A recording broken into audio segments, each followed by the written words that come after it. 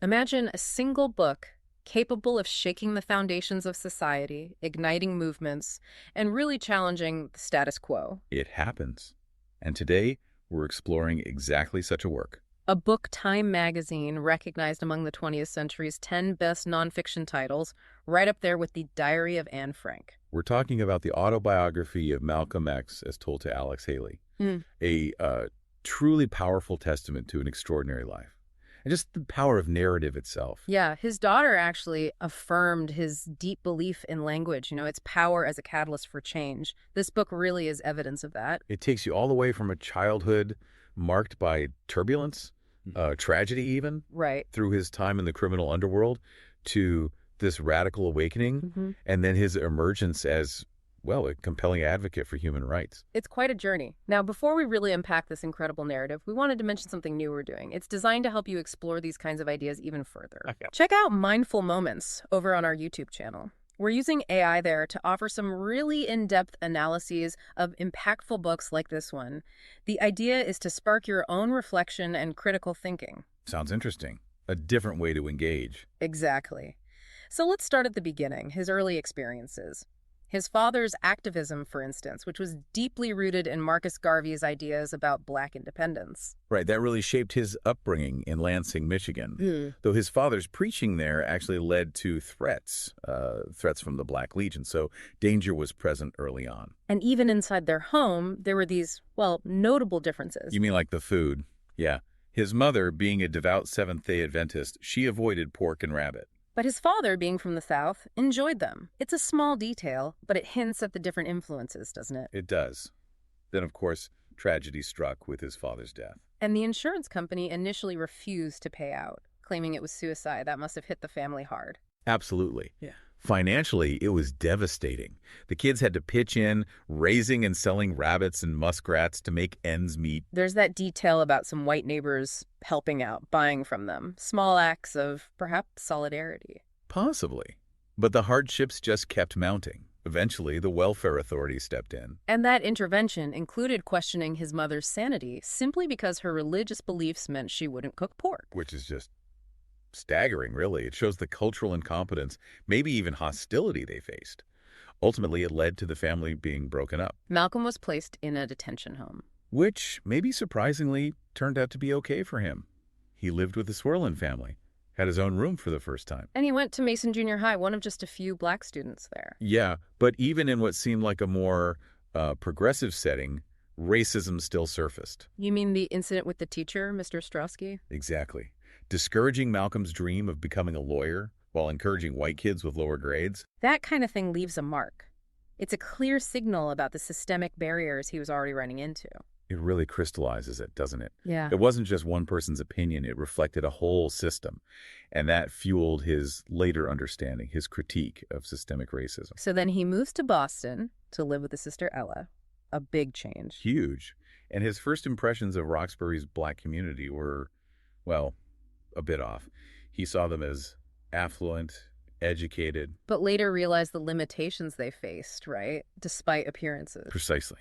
And soon enough, he gets pulled into the whole hustling scene through his friend Shorty. Shining shoes at the Roseland State Ballroom. Yeah, rubbing shoulders with jazz legends like Duke Ellington, Johnny Hodges. It was a completely different world from Lansing. And he adopts the conch hairstyle during this time. Which was such a significant thing back then. Yeah. A way of, trying to fit into white standards of appearance. It speaks volumes about internalized racism. He also had relationships, Laura and Sophia. Ella didn't approve of Laura, apparently. No, and Sophia helped him move in with Shorty later. He was also working as a busboy at the Parker House, kind of observing society from another angle. But the pull of Harlem was strong. He heads to New York. And finds the numbers game is just everywhere, along with this whole ecosystem of hustlers, pimps. He mentions Sammy the Pimps and places like Small's Paradise. Right, and remarkably, he notes that even the police saw Smalls as sort of a safe spot within that world. It had its own kind of order. Malcolm gets involved in petty crime himself, selling marijuana. Almost gets caught by a detective, Joe Baker, living on the edge. And he dodges the draft. That story's something else. Pretending he wants to join the Japanese army. Yeah, leading to that bizarre interview with the psychiatrist. Very calculated. Things take a darker turn, though, with the burglaries. Him, Shorty, and Rudy. And Rudy had that weird side hustle with the elderly Bostonian.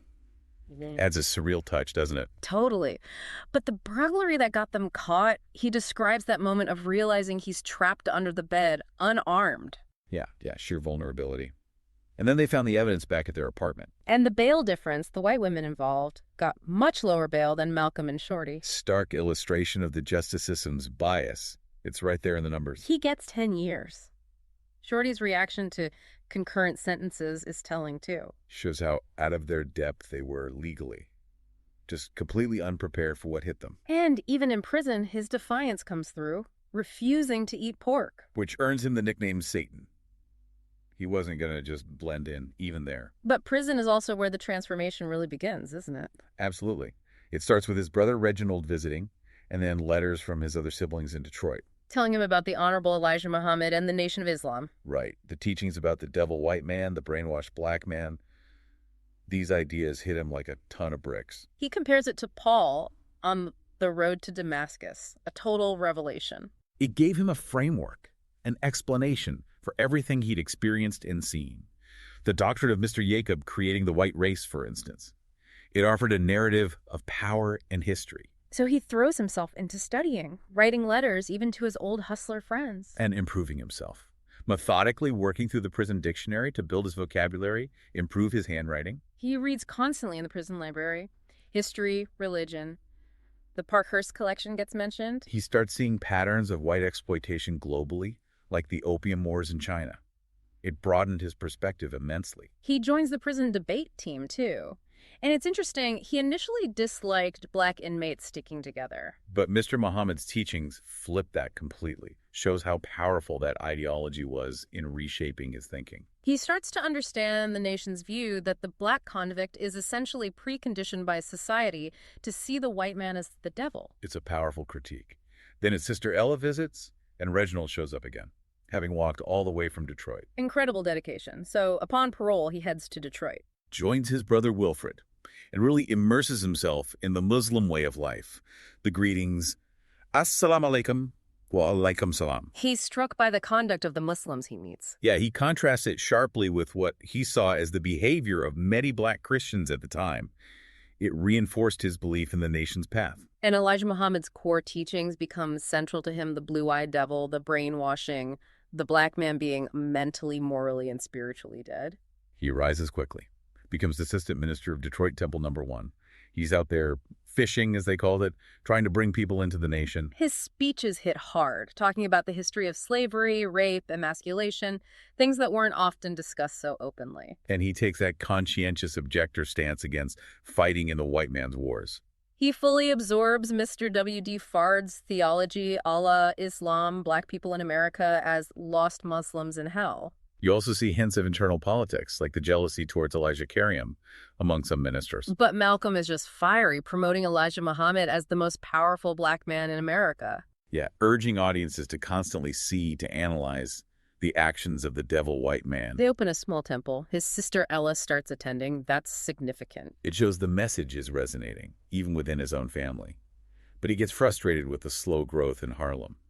He sees the need there. So he starts tailoring the message for black Christians. Right, focusing on the image of a white Jesus, the hypocrisy of the white man's heaven on earth versus black reality. And always emphasizing the need for black men to respect black women, a key part of the nation's social code.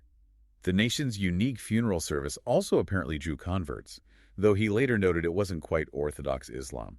His views on women at this time were definitely shaped by his past and the nation's teachings. Then he meets Betty X, who becomes Betty Shabazz. Betty Sanders originally Correct. came from a solid background, Tuskegee Institute nursing, a strong person in her own right. He gets involved with the Fruit of Islam, the FOI. Learning their disciplines about manhood, family, morality.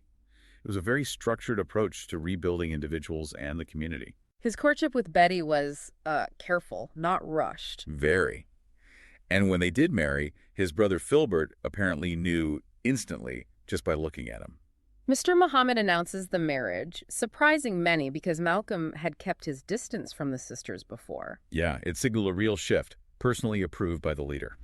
But then tensions start building up externally. The Harlem hospital incident with Brother Hinton. That brought media attention. The Amsterdam News running headlines about those Muslims, the scrutiny increases. And national magazines pile on hate teachers, violence seekers. Classic negative framing.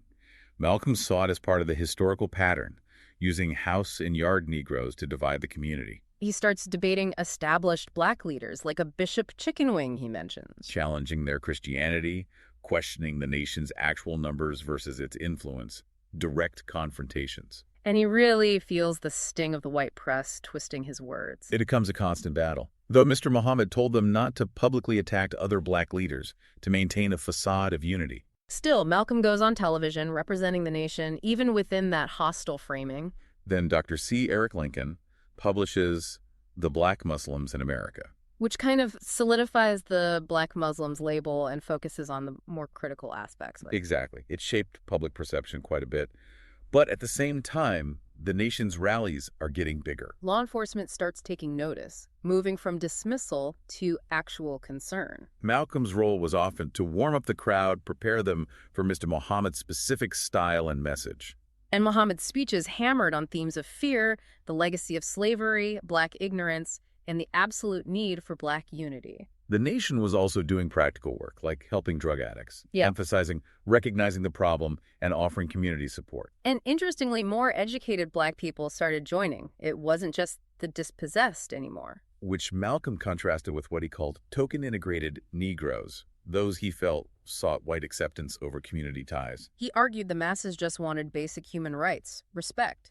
And he pointed out the incredible lack of real communication between white and black America before the civil rights movement really took off. He saw it all in a global context, too, non-white people rising up against white dominance worldwide. He even touched on the phenomenon of light-skinned black people passing as white. And made that very strong comparison between the brainwashing of black Americans and the Jews in Nazi Germany, a really provocative analogy. He was also critical of the March on Washington, feeling it had been co-opted by the White House to manage dissent. His view at the time was that race ultimately was the strongest bond, more so than ideology. Though he mentions an encounter with a white co-ed who seemed to understand the historical complexities, the guilt. Hints of nuance there, perhaps. But inside the nation, things were getting strained. He saw Mr. Muhammad's strict moral code for officials. Yet Malcolm himself remained incredibly loyal in public, always representing Mr. Muhammad. But he grew hypersensitive to criticism within the ranks, even hesitant about media opportunities because of jealousy from Chicago headquarters. And then the most chilling part, discovering actual threats against his life. Yeah. Coming from within the nation. It's shocking. He talks about his own strict morality, crediting Mr. Muhammad for his premarital abstinence. Which made the rumors about Mr. Muhammad's own personal life even more troubling for him when they surfaced. He confronts Mr. Muhammad directly about these rumors, bringing his own scriptural research. And Muhammad's response is ambiguous, talking about fulfilling prophecy. It didn't satisfy Malcolm. He noticed some Muslims shifting focus, criticizing him instead of the larger issues. Factionalism was growing. People outside the nation, friends, even white reporters started warning him, telling him to rest, sensing the danger. Including that reporter who said, "The whites need your voice worse than the Negroes." An odd, maybe insightful comment. Then came the Kennedy assassination aftermath. Malcolm gave that speech, God's Judgment of White America. Which caused a huge backlash and effectively led to his silencing by the nation. He knew then, he writes, that a physical divorce was happening, even if he tried to maintain appearances. He saw the strategy. Paint him as rebellious, suspend him indefinitely, maybe isolate or worse. Yet he still supported Cassius Clay, framing the Liston fight as cross versus crescent, still tied to that identity in some ways. His ideas about leadership were changing too. Real leaders earn followers, he thought, unlike many Negro leaders, disconnected from the ghetto. He trusted his ghetto instinct, his ability to connect with people on the ground. And he warned of wider racial unrest coming beyond the usual hotspots. Then comes the meeting with Dr. Shawarby, the letter approving his Hajj pilgrimage to Mecca, and the book, The Eternal Message of Muhammad. This trip changes everything, doesn't it? Profoundly. In Mecca, he's met with incredible acceptance by Muslims of all colors, judges, officials.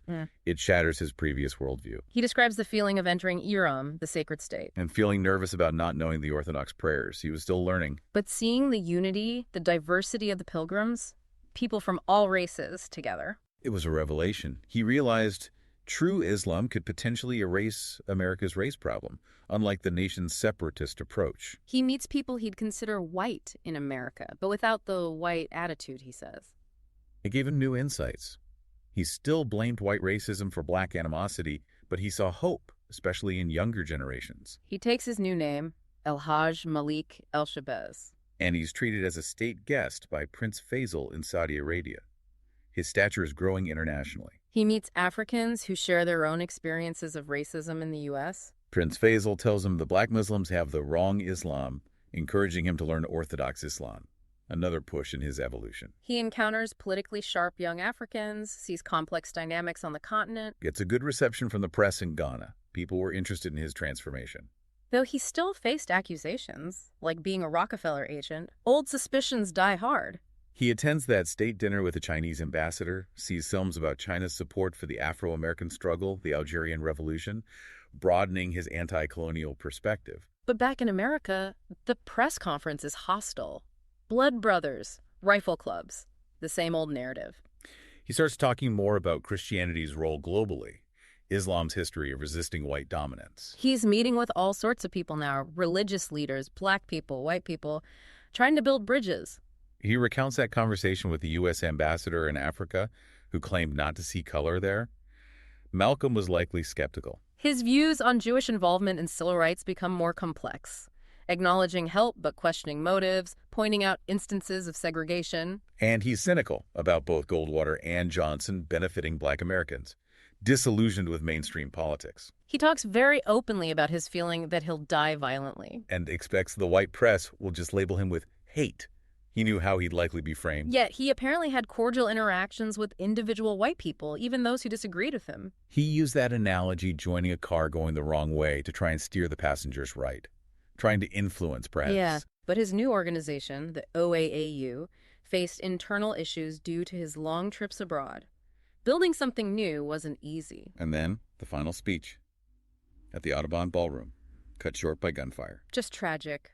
Eyewitnesses described the chaos, catching one suspect right there. Sister Betty identifying his body, her comment that nobody really took him seriously. Heartbreaking. And the violence didn't end there. His home bomb just before, fires at the mosque and a church afterward. A clear campaign of terror.